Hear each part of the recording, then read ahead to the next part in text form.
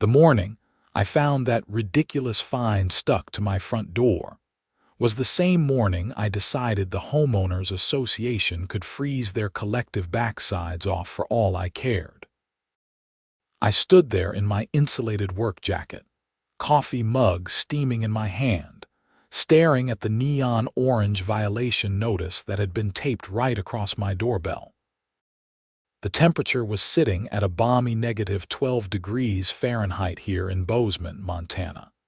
And these people had the audacity to fine me $500 for operating my snowblower before 7 in the morning.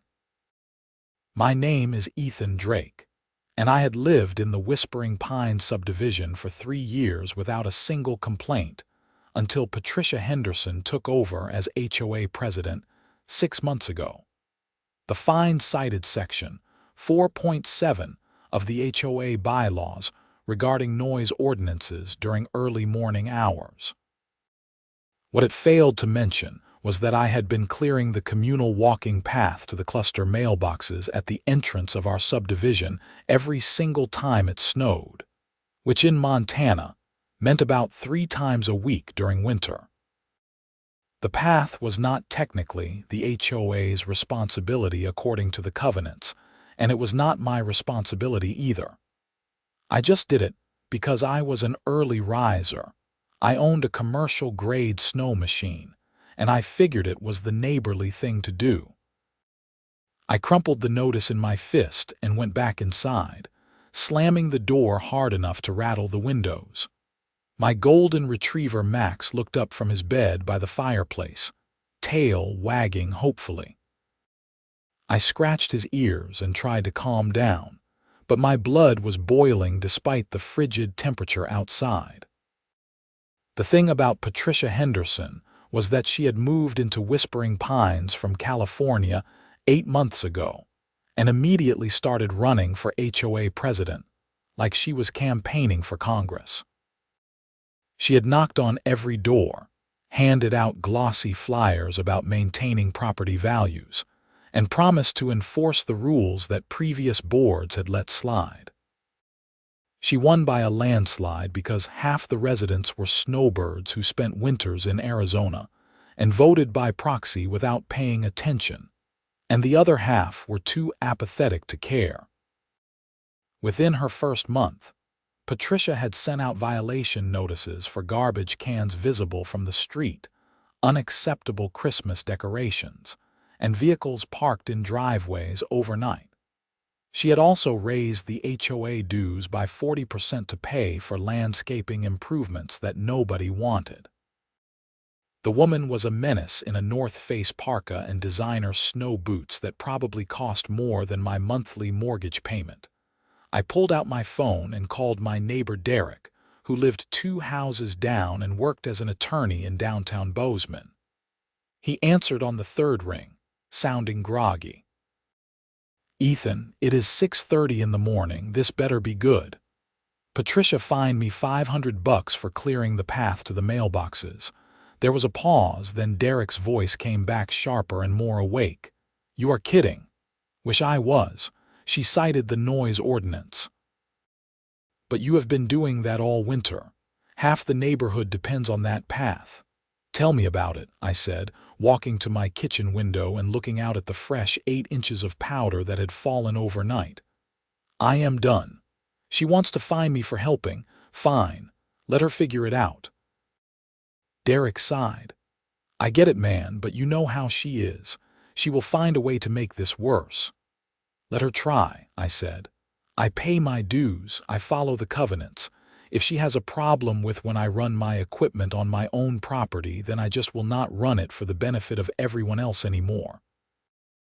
After hanging up with Derek, I made myself breakfast and watched the sun slowly rise over the snow-covered mountains in the distance. Bozeman was beautiful in winter, the kind of place you saw on postcards and thought could not possibly be real. The sky was sharp and clear, the kind of blue that only happened when the temperature dropped below 0 and every bit of moisture froze out of the air. By 8 in the morning, my phone started buzzing. First it was Susan from 3 doors down.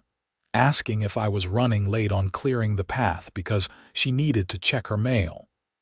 Then it was old Mr. Patterson from the corner lot, saying he had noticed the path was not done yet, and was I feeling okay.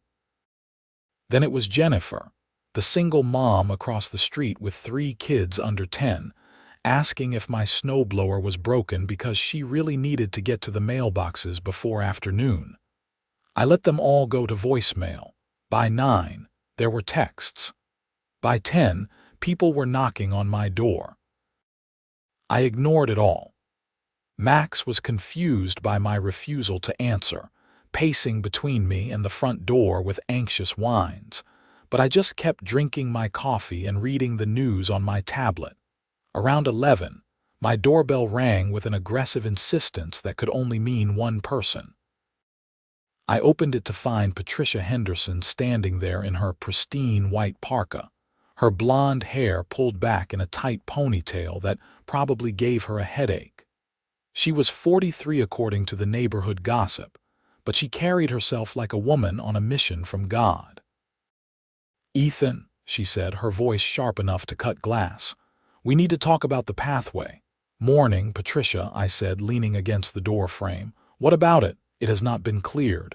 It snowed last night. The path needs to be maintained." "That is interesting," I said.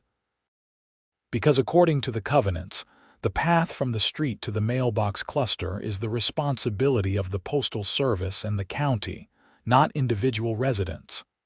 I checked this morning. Really fascinating reading, those covenants." Her lips pressed into a thin line. "You have been clearing it all winter." "Sure have, as a courtesy. But seeing as how you fined me $500 for running my equipment this morning, I figured I would just stop doing that courtesy. Problem solved. You cannot be serious. Dead serious." "The fine is still taped to my door if you want to see it. Section 4.7, Noise Ordinance, no equipment before 7. I was clearing that path at 5:30 this morning. Guess I broke the rules trying to help everyone out." Patricia's face flushed red, which was impressive considering the cold. "That fine was because Mrs. Carmichael complained about the noise. She has a right to peace and quiet in her home.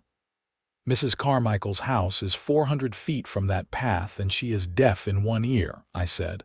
"But that is beside the point. You issued the fine. I paid attention. Now I will just not run my equipment for community benefit during restricted hours. I will only use it on my own property when needed after 7 as specified." "You are being petty." "I am being compliant," I corrected. "Have a nice day, Patricia." I closed the door before she could respond. Through the window, I watched her stomp back down my driveway, slipping twice on the ice I had not bothered to salt. Part of me felt guilty for about 3 seconds. The rest of me felt vindicated. The next few days were entertaining.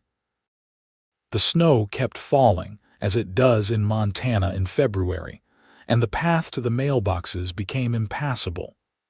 People tried walking through it anyway, but 8 inches of fresh powder on top of packed snow made it rough going. The mail carriers started leaving notices that they could not access the boxes safely, which meant no mail delivery for the entire subdivision. My phone kept ringing. I kept ignoring it. On the 3rd day, Derek showed up at my door with a 6-pack of beer and a resigned expression. I let him in, and we sat in my living room while Max begged for attention. "The neighborhood is losing their minds," Derek said, twisting the cap off a bottle. "Patricia called an emergency HOA meeting for tonight. Good for her. Ethan, come on. I know you are mad, but this is affecting everyone." "Yep," I said. "Just like that $500 fine affected me. Just like Patricia's nonsense has affected everyone since she took over. Maybe people will pay attention now." Derek shook his head. "You are not wrong, but you are not making friends either." "Did not realize I needed to," I said. "I moved here for peace and quiet and mountain views, not to be part of some suburban social hierarchy run by someone who thinks Montana is just California with snow. He laughed at that, which made me feel a bit better. Derek understood. He had been dealing with Patricia's overreach too, though in his case it was threatening legal action over his vegetable garden being visible from the street. That evening, I did not go to the emergency HOA meeting, but Derek did and called me afterward with a full report. Apparently, it had been a circus. Patricia had opened by demanding that the board find a way to force me to clear the path. Several residents had spoken up saying they appreciated what I had been doing and thought the fine was unreasonable. Mrs. Carmichael, the woman who supposedly complained, stood up and said she had never complained about anything and did not know what Patricia was talking about. That was a bombshell. Patricia had apparently invented the complaint to justify the fine, which made several board members very uncomfortable. The meeting had devolved into arguments about whether Patricia was overstepping her authority and whether the fine should be rescinded. No conclusions were reached, but the cracks in Patricia's support were showing. I went to bed that night feeling like maybe, just maybe, this was not going to end with me as the neighborhood villain. The snow kept falling. By the end of the week, the path to the mailboxes looked like an expedition route. Some of the younger residents had tried shoveling it by hand, but it was a losing battle without proper equipment. The mail carrier had completely given up, and people had to drive to the main post office in town to pick up their mail, which took an hour round trip. Patricia showed up at my door again on Saturday morning. This time she had backup in the form of two other board members, Gary and Linda, who both looked deeply uncomfortable. "Ethan," Patricia said, her voice tight, "the board would like to discuss a resolution." "Come on in," I said, stepping aside. I figured I might as well hear them out. We sat in my living room, an awkward arrangement with Patricia perched on the edge of my couch like she might catch something, while Gary and Linda looked around my home with polite interest. Max immediately went to Linda, who scratched his ears and smiled. "Beautiful dog," Linda said. "My son has been wanting a retriever." "They are great dogs," I said. "Loyal, friendly, love the snow." Patricia cleared her throat loudly. "Can we focus? The board has discussed the situation and we are prepared to offer a compromise. If you resume clearing the path, we will reduce the fine to $250. I stared at her.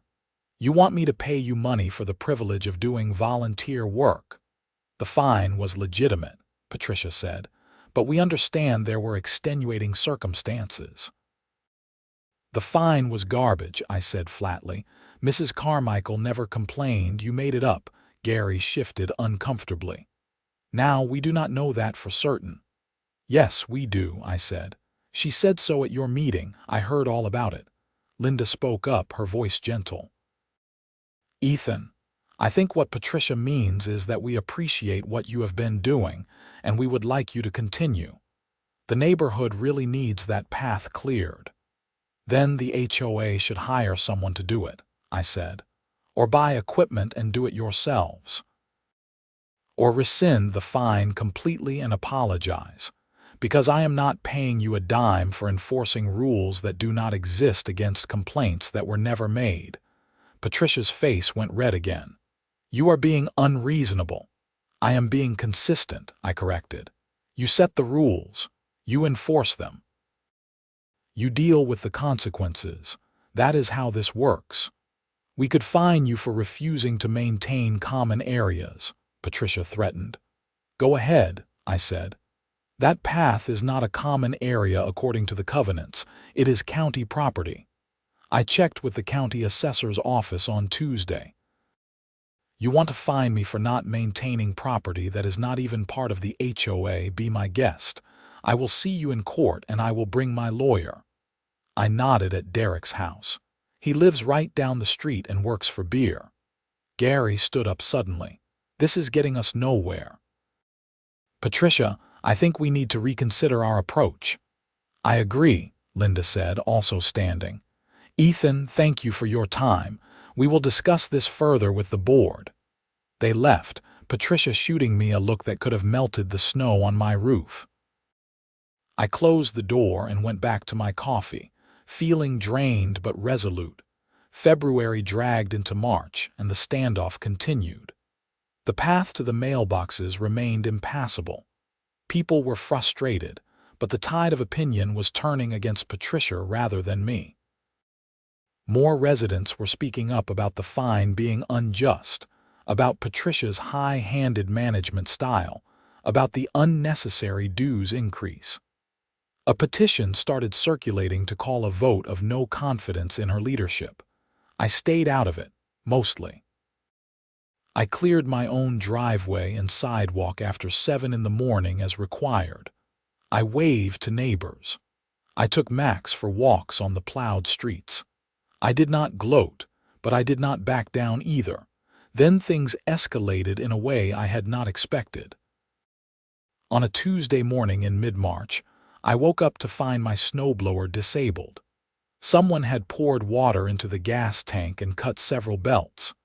The machine was not just broken, it was deliberately sabotaged. I stood in my garage staring at the damage, anger and disbelief warring in my chest. I called the sheriff's office. Gallatin County sent out a deputy named Officer Walsh, a no-nonsense woman in her 30s who took photos and a statement. She walked around my property looking for signs of entry and found boot prints in the snow near my side gate that did not match my tread. "Any idea who might do this?" she asked. "I have a pretty good guess," I said, "but I cannot prove it." "The HOA dispute. You heard about that," she smiled slightly. "My sister lives 2 streets over. Everyone has heard about it, but hearing about it and proving vandalism are different things." "You have any security cameras?" "No," I said, cursing myself for not installing them sooner. "Figured I did not need them out here." "Montana is safe, but people are people," Walsh said. "I will file a report. You might want to invest in cameras. If something else happens and you catch it on video, we can pursue charges." After Walsh left, I called my insurance company and filed a claim. Then I called Derek, who came over immediately and stared at my ruined snowblower with genuine shock. "This is insane," he said. "Who does this?" "Someone who really wants me to clear that path or really wants me punished for not doing it," I said. "Either way, it is criminal." "You think Patricia did it?" "I think Patricia is crazy enough to think this is justified but smart enough not to do it herself," I said. "She probably complained to the wrong person who decided to take matters into their own hands." Derek pulled out his phone. "I am documenting this. We might need it." Over the next 2 days, I had security cameras installed front and back, plus motion sensor lights. I also ordered a new snowblower, a bigger and better model that would take a week to arrive.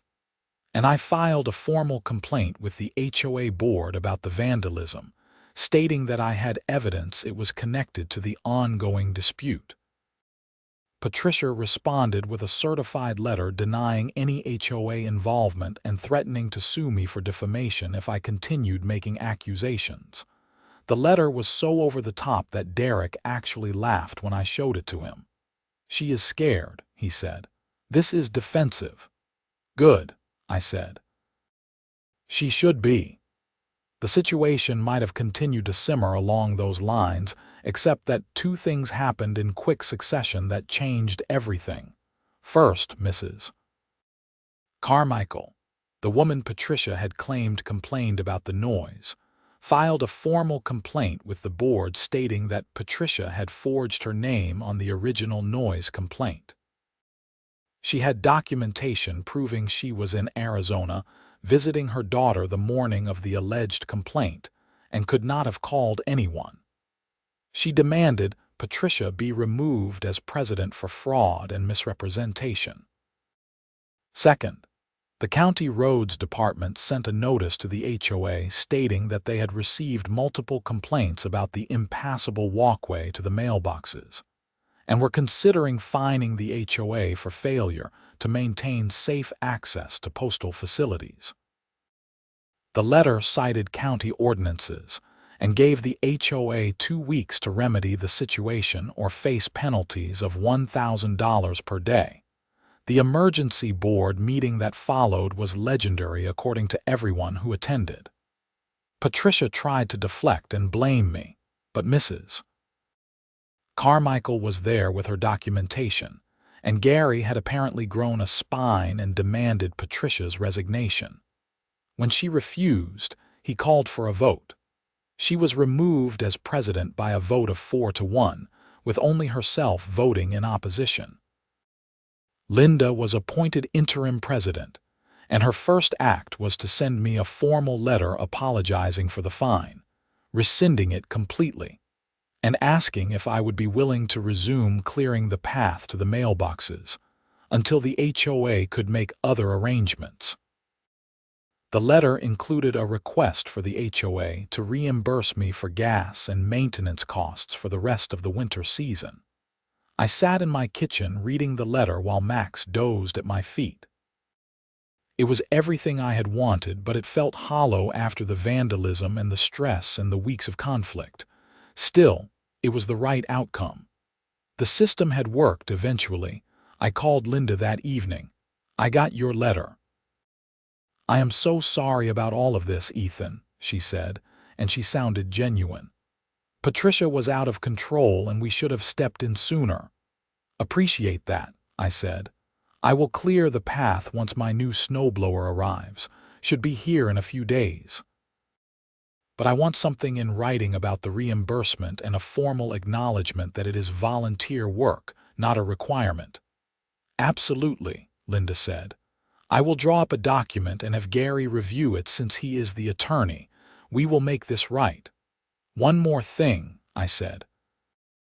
"My old snowblower was vandalized. Someone destroyed it. I filed a police report. If it turns out to be connected to anyone in the HOA, I expect full cooperation with the investigation." There was a pause. "Of course, that is terrible. I had not heard about that. Happened last week. Just want to make sure everyone knows I am serious about finding out who did it." "Understood," Linda said. "I will mention it at the next board meeting."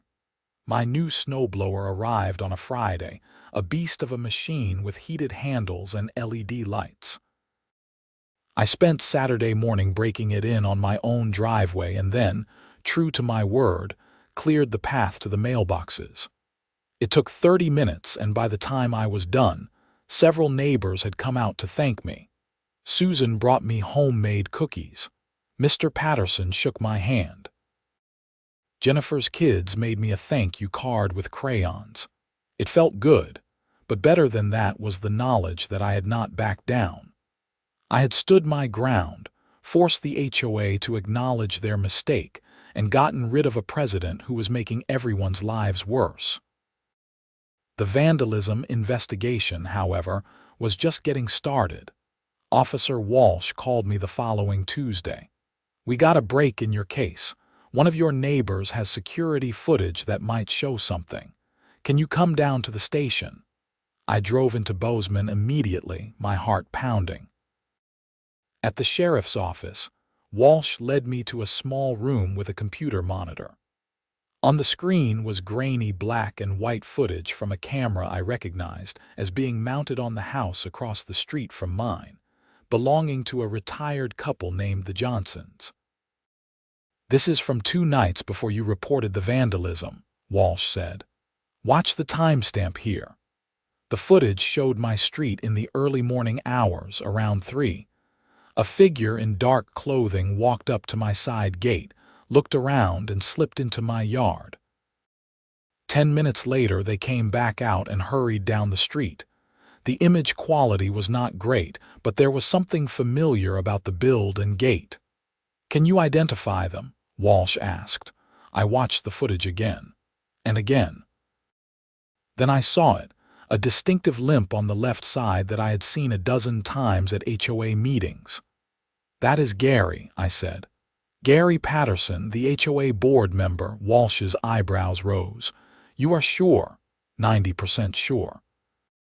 "He tore his Achilles tendon playing tennis last year and never fully recovered. That is his limp." "Gary Patterson," Walsh repeated, typing on her computer. "Let me pull up his information." Over the next hour, Walsh showed me more footage from different angles. The Johnsons had multiple cameras, and one caught a better shot of the figure's face under a streetlight. It was definitely Gary. There was no question. "Why would he do this?" Walsh asked. "I thought he was on your side." "I have no idea," I said honestly. "Maybe he was not. Maybe he was working with Patricia. Maybe he was trying to force me to give in." Walsh made some notes. "I will need to bring him in for questioning. Are you willing to press charges if this goes forward?" "Absolutely," I said. "That snowblower cost me $3,000. Plus, he came onto my property uninvited and destroyed my equipment. That is criminal." "It is," Walsh agreed. "Vandalism and criminal mischief, potentially trespassing. Let me talk to the county attorney." I drove home feeling shaken. Gary had always seemed like a reasonable guy, quiet and steady. I never would have guessed he would do something like this. It made me wonder what else was going on behind the scenes in the HOA, what other schemes and alliances I knew nothing about. Derek was waiting on my porch when I got home. I filled him in, and he looked as stunned as I felt. "Gary," he said, "that makes no sense. He voted to remove Patricia." "Maybe that was to cover himself," I suggested. "Or maybe he had second thoughts after vandalizing my property and decided to switch sides." "This is insane," Derek muttered. "What the hell is wrong with people?" The next few days were tense. I kept my security cameras running and made sure Max stayed inside after dark. I did not hear from Walsh, but I assumed the investigation was moving forward. Then, exactly 1 week after I identified Gary in the footage, I got a call from the county attorney's office. Gary had been arrested and charged with criminal mischief and trespassing.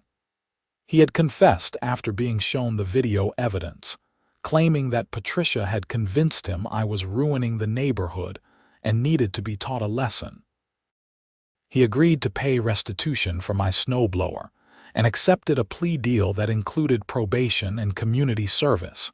Patricia, meanwhile, was under investigation for filing a false police report regarding the noise complaint. Mrs. Carmichael's evidence was solid, and the county attorney was considering charging Patricia with fraud and forgery for faking the complaint. That case was still pending, but Patricia had already put her house up for sale. Word on the street was she was moving back to California. The neighborhood slowly returned to normal. Linda proved to be a competent and reasonable HOA president, focusing on actual maintenance issues rather than petty enforcement. The dues increase was rolled back. The path to the mailboxes was cleared regularly because I kept doing it, and the HOA reimbursed me as promised. By April, the snow was melting, and the mountains were showing their green underneath. I spent weekends hiking with Max and fixing up my yard. The whole HOA mess felt like a bad dream, something that happened to someone else. Then one Saturday morning, I found an envelope in my mailbox with no return address. Inside was a handwritten note on expensive stationery.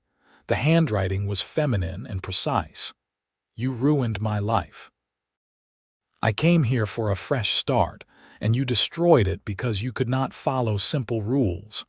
I hope you are happy." It was unsigned, but I knew it was from Patricia. She had not left yet after all, or maybe she had sent it before moving.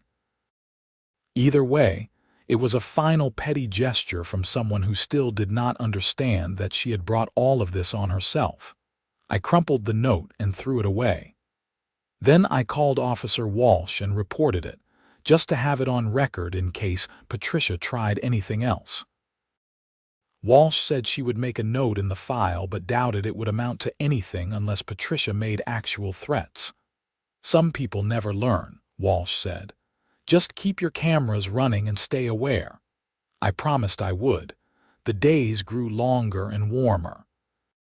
The HOA held their annual spring meeting, which I attended out of obligation. Linda gave a report on the state of the neighborhood finances and maintenance projects. There was no mention of Patricia or Gary or the drama of the winter, just the normal boring business of running a homeowners association. It was refreshing. After the meeting, several neighbors came up to thank me again for clearing the path all winter, even when it got ugly. Susan invited me to a barbecue she was planning for Memorial Day. Mr. Patterson asked if I could help him with his own snowblower maintenance before next winter. Jennifer's kids brought Max a bag of dog treats. I went home that night feeling like I was finally part of a community again, not just someone living near other people.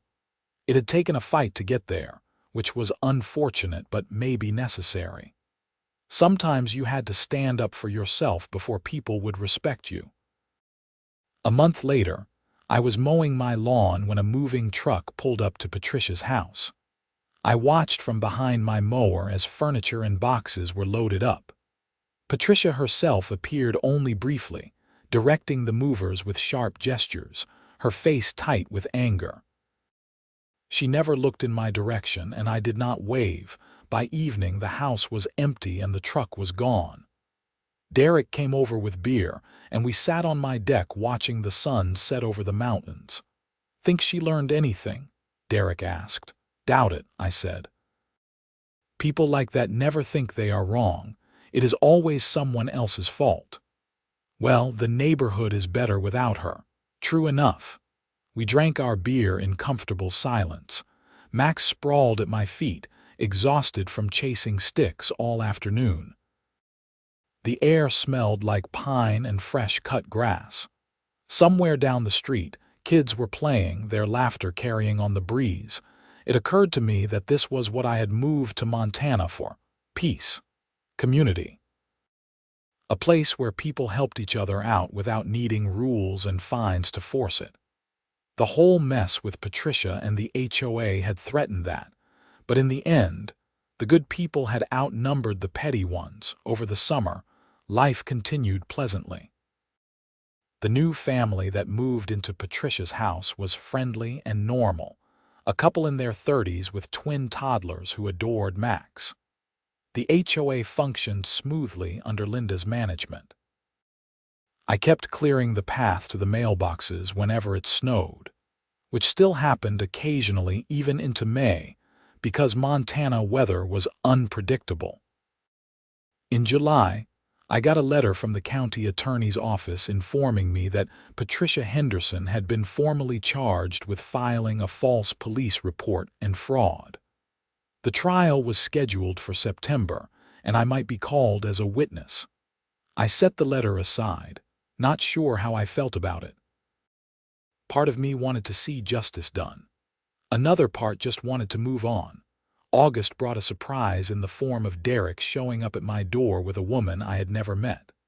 She was tall, with dark hair and an easy smile, and she introduced herself as Veronica Reynolds. "Veronica is new to town," Derek said with a grin. "She is working at the hospital and looking for a good place to hike with her dog. I thought you might have suggestions." I invited them in, and we spent the evening talking about trails and wildlife and the best spots to see elk at dawn. Veronica was easy to talk to, funny and smart, and she did not care at all about HOA drama. Her dog, a border collie named Scout, got along great with Max. By the time she left, she had my phone number and a promise to go hiking together the following weekend. Derek gave me a knowing look as we watched her drive away. "You are welcome." Yeah, I said, but I was smiling. September arrived with cooler nights and golden aspens on the mountainsides. The trial date approached, and I prepared myself to testify if needed. But 2 days before the trial, the county attorney called to say Patricia had accepted a plea deal. She pled guilty to filing a false report and paid a fine of $5,000 plus court costs. She also agreed to a restraining order preventing her from contacting me or returning to Gallatin County for 2 years. It was anticlimactic but effective. I would not have to testify, and Patricia was officially out of my life. The first snow of the new season fell in late October, just a dusting that melted by noon. But it was a reminder that winter was coming, and with it the return of my snowblower duties. Linda had formalized the arrangement with a contract that paid me $200 a month during snow season to maintain the path to the mailboxes. It was not a fortune, but it covered my costs and made the arrangement official. When the real snow started in November, I was ready. I cleared the path on my own schedule, usually early morning because that was when I preferred to work, and nobody complained because the noise ordinance had been revised to exempt snow removal equipment during winter months. The neighborhood appreciated the clear path, and I appreciated the lack of drama. Veronica and I had been seeing each other regularly, hiking on weekends and cooking dinner together during the week. She thought the whole HOA story was hilarious and called it my Montana origin story. On Thanksgiving, she brought Scout over and we cooked together, a simple meal of roasted chicken and vegetables because neither of us was much for turkey.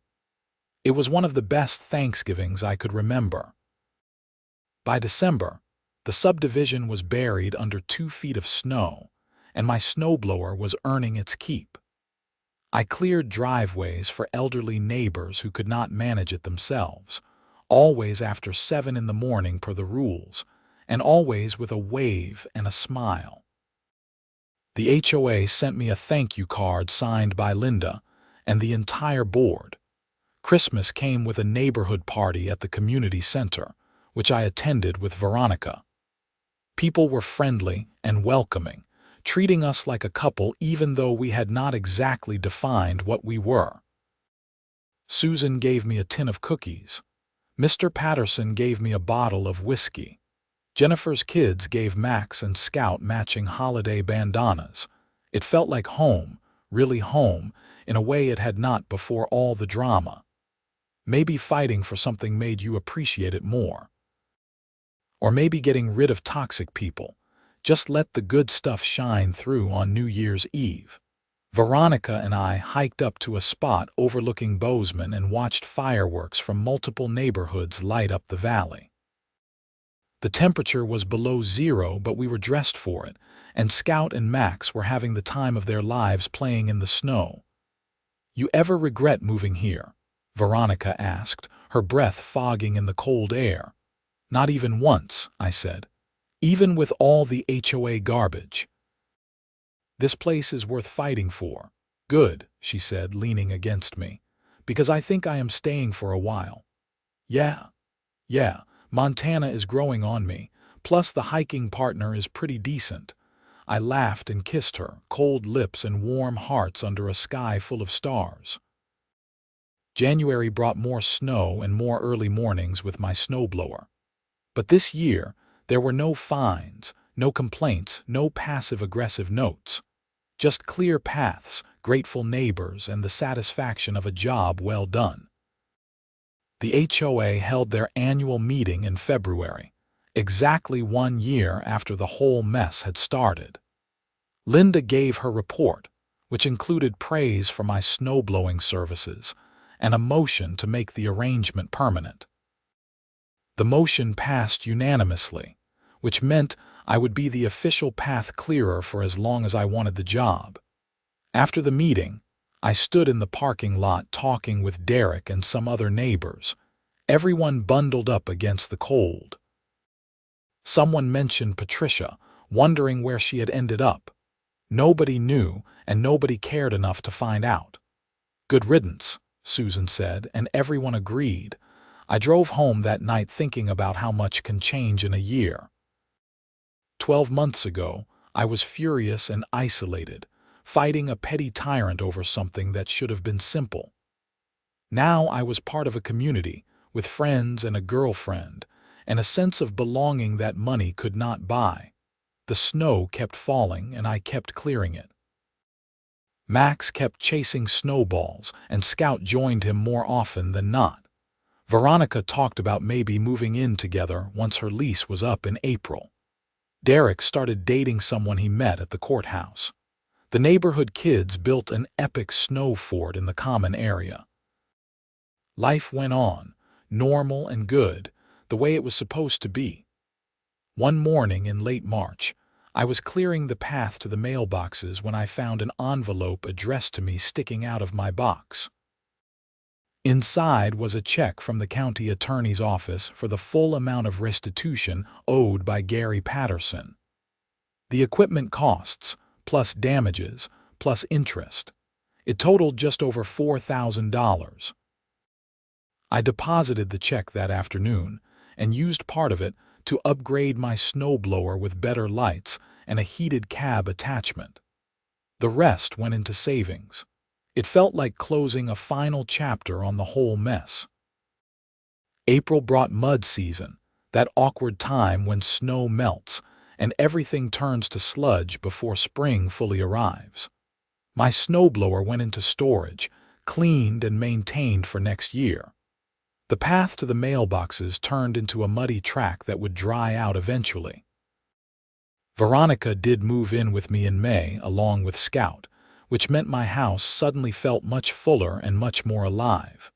We hiked every weekend and worked in the garden on evenings. Max and Scout became inseparable. The HOA approved our combined household with zero drama.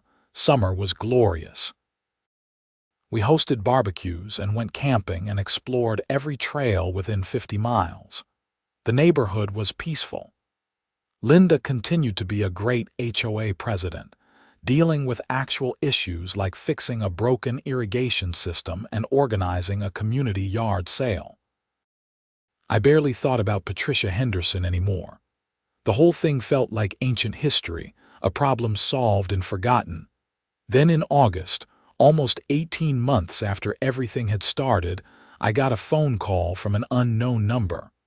I almost did not answer, but something made me pick up. "Hello, this is Patricia Henderson." Her voice was tight and formal. "I am calling to apologize." I was so surprised I almost dropped the phone.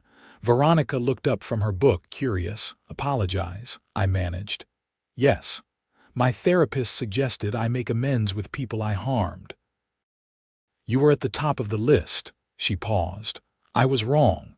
About the fine, about the complaint, about all of it. I let my need for control hurt people who did not deserve it. I am sorry." I sat down on the couch, processing. "Okay, thank you for saying that." "I do not expect forgiveness," Patricia continued.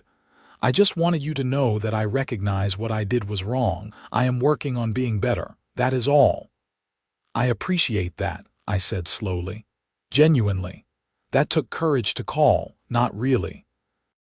I am in therapy twice a week trying to figure out why I sabotage my own life. This is just homework." Her voice softened slightly. "But I do mean it. I am sorry." "Then I accept your apology," I said, "and I hope you find what you are looking for. Thank you. Goodbye, Ethan." "Goodbye, Patricia." I set the phone down and looked at Veronica, who was watching me with raised eyebrows. "That was Patricia Henderson," I said. "The evil HOA president. She apologized." "Wow," Veronica said. "Character development. Did not see that coming, me neither." We talked about it for a while, about forgiveness and growth, and whether people could really change. I wanted to believe they could. Patricia's apology had sounded genuine, like she really was working on herself. Maybe the whole disaster had been a wake-up call for her the same way it had been a defining moment for me. Or maybe she would go back to her old ways eventually. I would never know because our lives were no longer intertwined. What I did know was that I had stood my ground when it mattered. I had not let someone bully me into submission or make me feel guilty for defending myself. I had built a community and found love and created a life worth living in one of the most beautiful places on earth. Fall arrived with brilliant gold aspens and crisp air. The first snow fell in October, and I fired up my snowblower with the satisfaction of a job I now got paid to do. The path to the mailboxes was clear by sunrise, and nobody fined me for it. On a cold November morning, while I was clearing snow in the early dawn light, Mr. Patterson came out of his house bundled in a massive parka. He waved me down and I shut off the machine. "Just wanted to say thanks," he shouted over the wind, "for everything. For standing up to that woman, for keeping this path clear, for being a good neighbor." "Just doing my part," I said. "No," he insisted. "You did more than that. You reminded all of us what community is supposed to be about. Helping each other because it is the right thing, not because some rule says you have to." I did not know what to say to that, so I just nodded. He patted my shoulder and headed back inside, slipping only slightly on the ice. I finished clearing the path and went home to a warm house, a loyal dog, a sleeping girlfriend, and a life I had fought to build. The sun was rising over the mountains, painting the snow pink and gold. My coffee was hot, my snowblower was purring, and the neighborhood was peaceful. It had taken a year of conflict and stress, vandalism and fines, confrontations and legal battles. But in the end, standing my ground against an unjust HOA fine had led me to exactly where I needed to be. Sometimes you had to fight for your peace. And sometimes that fight made the peace even sweeter. The rest of winter passed without incident. I cleared the path, the HOA paid me, and life continued in its pleasant rhythm. When spring arrived and I put the snowblower away for another season, I found myself almost looking forward to next year, to the routine of early mornings and fresh powder, and the satisfaction of helping my neighbors. Veronica and I got engaged in June at the top of a mountain we had hiked dozens of times. Derek was my best man, and Scout and Max were ring bearers at the wedding that October. The whole neighborhood was invited, and Linda gave a toast about community and standing up for what is right. We honeymooned in Glacier National Park, hiking and camping and enjoying the stunning fall colors. When we came home, it was to a neighborhood that felt like family, an HOA that functioned properly, and a life that had been worth fighting for. Years later, when people asked me about the snowblower incident, I told them it was the best thing that ever happened to me. Not because I enjoyed conflict, but because it taught me that sometimes you have to stand firm on principle, even when it is hard, even when people think you are wrong. I never did get another fine from the HOA. Patricia never returned to Montana. Gary completed his community service and moved away shortly after. The neighborhood thrived under competent leadership. And every winter when the first snow fell, I would fire up my snowblower and clear that path to the mailboxes, not because I had to, but because I wanted to. Because that was what neighbors did for each other. Because it was the right thing to do, just not before 7 in the morning, of course. Some rules actually made sense.